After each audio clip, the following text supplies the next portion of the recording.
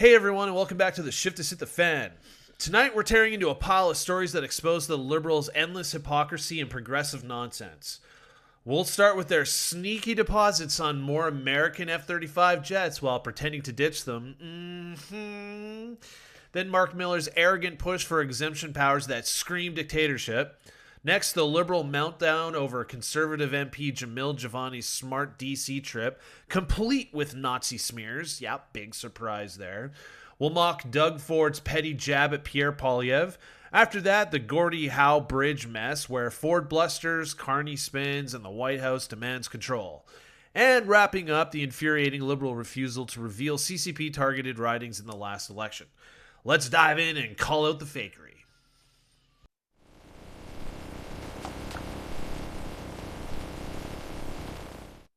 All right, let's lead with this gem of a Liberal double dealing on fighter jets. For months, Carney's crew has been feeding their anti-Trump-based fairy tales about reviewing the F-35 deal due to trade tensions, even floating those vastly inferior Swedish Gripens as an alternative. Of course, their supporters completely lapped it up, but a CBC leak blows the lid off. Ottawa has started to make payments for key components for 14 additional U.S.-built F-35s, even as the Carney government has been reviewing future fighter jet purchases in the context of trade tensions with Washington. The money for these 14 aircrafts is in addition to the contract for the first order of 16 F-35s. So this on top of the initial order of 16 jets set for delivery by year's end. Sources say payments started quietly, unannounced, because why rattle the echo chamber right before a snap election? Now they're backpedaling, claiming it's just fulfilling obligations from the contract. Classic goalpost shifts. If this is so routine, then why do you guys need to hide it? Even they know the F-35 is superior. It's light years ahead of the Gripens that might as well be scrap in real fight. I mean, let's be honest. But publicly, it's all anti-American posturing to keep the base happy. Your tax dollars funding stealth splurges while they virtue signal. This is pathetic, okay, Canada? These phonies say one thing, they do the opposite, and they hope you don't notice. All right, shifting to Culture Minister Marc Miller's brazen admission in committee that's got democracy watchers cringing. In a tense exchange with Conservative MP Sandra Cobaina, Miller defends new provisions in Bill C-15, letting ministers exempt anyone they want from non-criminal Canadian law. Yes, that's what I said. Take a listen. Individual minister, be allowed to bypass 150 years of Canadian law and exempt a person or company of their choosing. Yeah, look, that may be your view, but I don't think that is what's happening. Well, that's how it's written. It doesn't say people are being exempted from 150 years of law. It says from any federal law except the criminal code. Right. There's no mention of years or... It's any federal law except for the criminal. So it's any federal law that has been passed over the last 150 years. Right. I'm not going to parse this out with you. So just to be clear, you don't need it to do your job, but you want to keep it nonetheless. I think it's helpful to have. Do you see the potential of abuse, though, in that companies or people will have to lobby you personally and not care about the law itself? No one's asked me to overturn any laws. You would have the ability to. In some context, perhaps, but again, this is something that would have to be used very judiciously. How could you possibly think that this would not undermine the trust in our democracy then? I think Canadians expect us to act reasonably. I think Canadians expect us to be judicious in our decision making. Passing a law like C-15, which all members will have the opportunity to vote on, is something that is inherently accountable in and of itself. Well, it has this particular clause that is very problematic. It is all over the news. I have a letter with 43 organizations asking for you to strike it because of the potential of abuse, but you still want to keep it. I think I've answered that question about 3 times now. I just don't find it reasonable for you to have the powers of a king, essentially. Certainly don't have the powers of a king. Yeah, no kidding. If you are allowed to exempt any entity from any federal law, it is like the powers of a king. Yep. Is that a statement or a question? Well, it's a fact. Thank you, Ms. Cobain. Okay, well, first off, hats off to Sandra there. She held her own. That was a great exchange. And, you know, his smug comeback, it's a useful tool. I mean, just the guy is so good at dodging accountability. It's a useful tool for dodging accountability, that's for sure. So he dodges specifics, acting like questions are beneath him, while the arrogance drips from every single word. I cannot stand this guy. These aren't powers leaders get in a democracy. They're extraordinary, meant for national emergencies only, if ever. But Miller needs a better excuse than useful.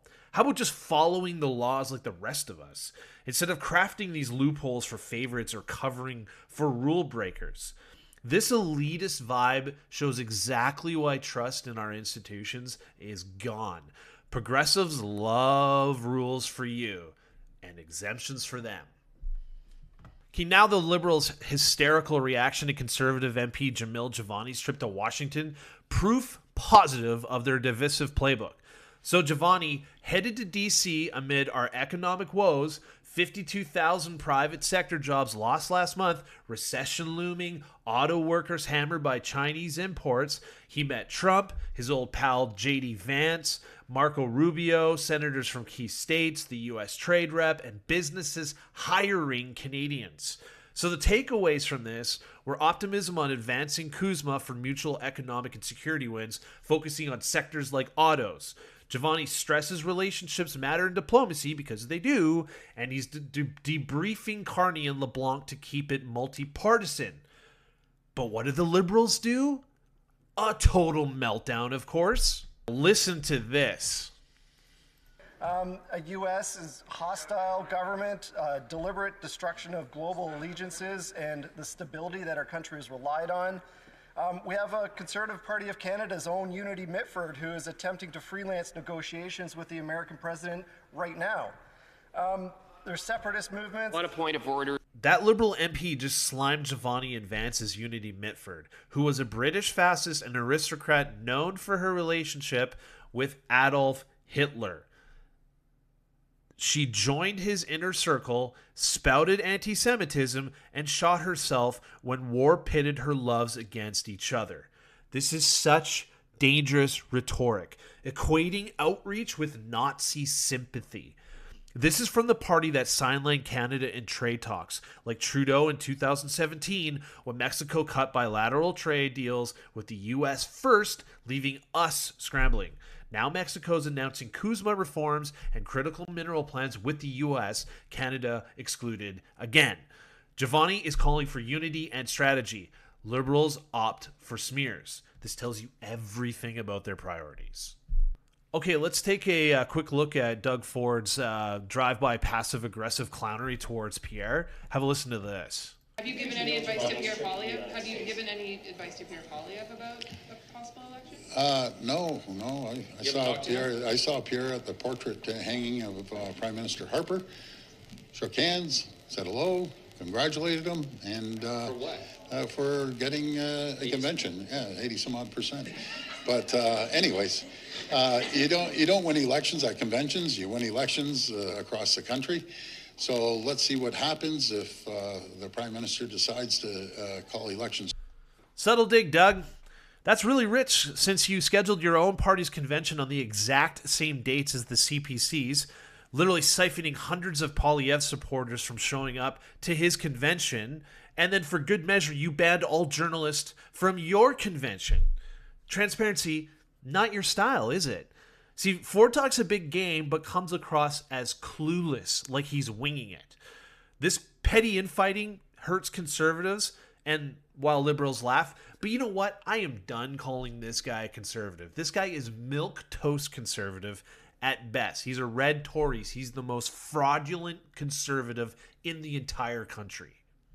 Okay, now on to the Gordie Howe bridge situation where the messaging from both sides is worth laying out plainly. So let's return to Doug Ford here and hear what he has to say. Anyways, I'm very happy to hear that the Prime Minister spoke to President Trump. And as for the bridge and the President Trump's comments, make no mistake about it. As sure as I'm talking to you, I'm very confident this bridge is going to open. I'll tell you the reason why it's going to open, because it's in the best interest of the American economy, the Americans, the 13 Congress people that are going for re-election in the midterms, which the Republicans own probably 7 of those seats and 1 Senate seat as well. And the worst thing you could do is hurt the American economy and continue to hurt the American economy. So Ford's take is the bridge is going ahead because it's in the best interest of the American economy, American workers, especially Michigan Republicans who are facing midterms, and there's a Senate seat open. He calls Trump's recent threats false facts later on in the video. It points out that Trump himself fast-tracked the project back in 2017 and highlights the economic hit from idling trucks, 850,000 hours lost yearly on the existing crossing. Okay, there you go. That's his side. So Canada paid the full construction costs, tolls will recoup our share, and then Michigan owns half. Ford presents it as a done deal that benefits everyone, with the U.S. having plenty to lose if it drags on. Okay, here's Carney's update. He spoke with Trump yesterday, describes the conversation as positive, and says they're moving forward. So here, you can have a listen to that. Specific issues in parallel to the Kuzma negotiations. Final point is the president asked appropriately that his ambassador, who's from Michigan, of course, play a role in smoothing the conversation in and around the bridge. So it was a positive conversation. It's a big game today, and we're going to win. So no big details, just the usual confident line with no specifics on what, if anything, was actually resolved or conceded. On the U.S. side, White House sources are leaking something a little bit different. Trump has reportedly demanded half ownership of the bridge, arguing that Canadian control over such critical border crossings is unacceptable. Here we go. It was very clear and direct in his truth, John, but just to reiterate, the fact that Canada will control what crosses the Gordie Howe Bridge and owns the land on both sides is unacceptable to the president. It's also unacceptable that more of this bridge isn't being built with more American-made materials, even more so than what President Barack Obama committed to with the Canadians at the time, at the start of the project. He also believes that the U.S. should own at least half of the bridge, have shared authority over what passes across it, and participate in the economic benefits generated by its use. This is just another example of President Trump putting America's interests first, and so he made that very clear in his call with Prime Minister Carney earlier today. So here's the picture. Ford insists it's locked in and good for America. Carney keeps it upbeat and vague, while the White House is signaling they want more control. Media often frames Trump as the aggressor, but Carney's lack of substance stands out here, especially with snap election talks swirling in Ottawa. He's not exactly forthcoming on concessions or tough compromises, likely because the last thing he wants to do is look soft on the Americans right now, when every headline could sway voters in a potential spring vote. Ford talks tough, but the core of his argument is that the U.S. can't afford to stall. Carney's positive line leaves a lot unsaid. Classic pre-election caution here. This one's still in play. Watch how leverage actually shakes out and whether any real giveaways get buried in the spin. And the most rage-worthy thing for last. Liberals dodging on CCP election meddling. All right, take a look at this. We know that Beijing targeted Conservative candidate Joe Tay in Don Valley North. In addition to Don Valley North, and how many other ridings were foreign interference activities detected during the 2025 election?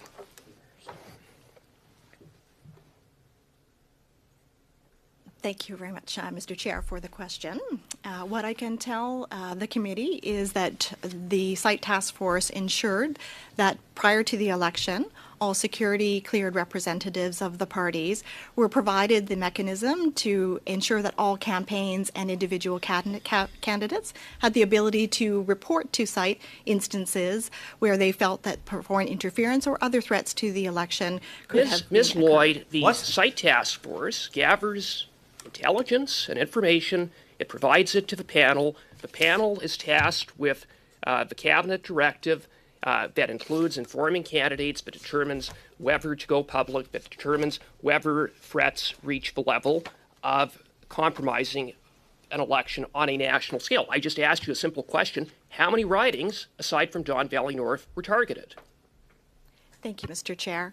I'm not able to provide you the number of reports that came into the site task force. What I can assure the committee is that all incidents that were reported by the public, by Okay, candidates if you can't provide a number, then can provided. someone on the panel provide a number? Point of order, Mr. Chair. Isn't it the witness supposed to have the... Okay, so they basically shut it down. So Conservative MP Michael Cooper grilled the officials on how many ridings beyond Don Valley North were targeted in 2025, so last year. The answer, they declined to give a number. Pressed again, a Liberal MP interrupts to shut it down. This stonewalling is beyond infuriating. If it's minimal, just say so. Refusing screams cover-up, eroding even more trust in our democracy. Foreign powers like the CCP compromising ridings, and the government won't quantify it. Progressive prioritize secrecy over sovereignty, leaving voters in the dark. Unacceptable. Whew. Okay, well, that was a whirlwind of liberal hypocrisy, power grabs, and political theater. From stealth F-35 buys and exemption powers to DC meltdowns, Ford's pettiness, bridge spin, and CCP dodges. It's all connected, a government more focused on facades than facts. Thanks for watching, folks. Your support keeps this growing. Hit like if you're as fed up as I am. Subscribe for more unfiltered takes and drop comments below. You can follow me on X at ShiftHitTheFan. Until next time, stay vigilant. Peace out.